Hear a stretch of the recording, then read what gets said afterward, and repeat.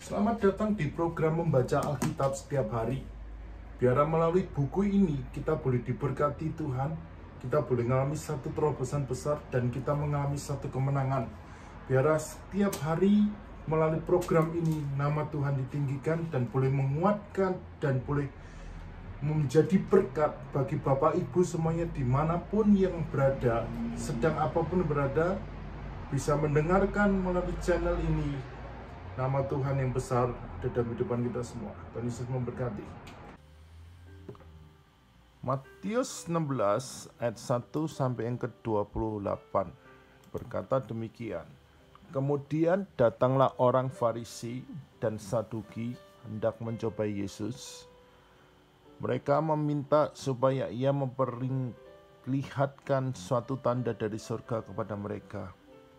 Tetapi jawab Yesus, pada petang hari karena langit merah, kamu berkata hari akan cerah.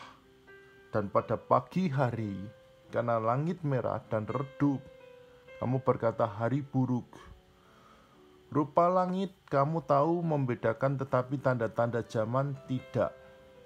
Angkatan yang jahat dan tidak setia ini menuntut satu tanda, tetapi kamu kepada mereka yang tidak akan diberikan tanda selain tanda Nabi Yunus. Lalu Yesus meninggalkan mereka dan pergi. Pada waktu murid-muridnya menyeberang danau, mereka lupa membawa roti. Yesus berkata kepada mereka, berjaga-jagalah dan waspada terhadap roti orang Farisi dan Saduki. Maka mereka berpikir-pikir dan seorang berkata kepada yang lain, itu dikatakan karena tidak membawa roti. Dan ketika Yesus mengetahui apa yang mereka perbincangan itu, ia berkata, mengapa kamu memperbincangkan soal tidak ada roti, hai orang-orang yang kurang percaya? Belum juga kamu mengerti? Tidak kamu ingat lagi akan 5 roti untuk 5.000 orang itu dan beberapa bakul roti kamu kumpulkan kemudian, ataupun akan 7 roti untuk 4.000 orang itu dan beberapa bakul kamu kumpulkan kemudian? Bagaimana mungkin kamu tidak mengerti bahwa bukan roti yang kumaksudkan? Aku berkata kepadamu, waspadalah terhadap ragi orang Farisi dan Saduki. Ketika itu barulah mereka mengerti bahwa bukan maksudnya supaya mereka waspada terhadap ragi roti, melainkan terhadap ajaran orang Farisi dan Saduki. Setelah Yesus tiba di Kaisaria Filipi, ia bertanya kepada murid-muridnya, kata orang, siapakah anak manusia itu? Jawab mereka, ada yang mengatakan Yohanes Pembaptis, ada juga yang mengatakan Elia, dan ada pula yang mengatakan Yeremia atau salah seorang dari para nabi. Lalu Yesus bertanya kepada mereka, tetapi apa kamu tahu siapakah aku ini?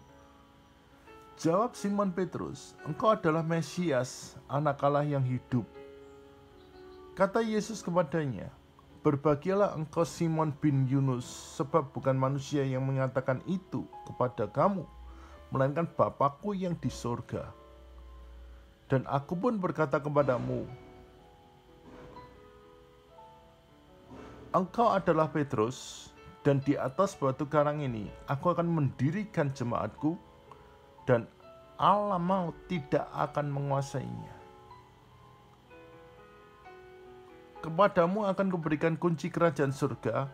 Apa yang kau ikat di dunia ini akan terikat di surga, dan apa yang kau lepaskan di dunia ini akan terlepas di surga.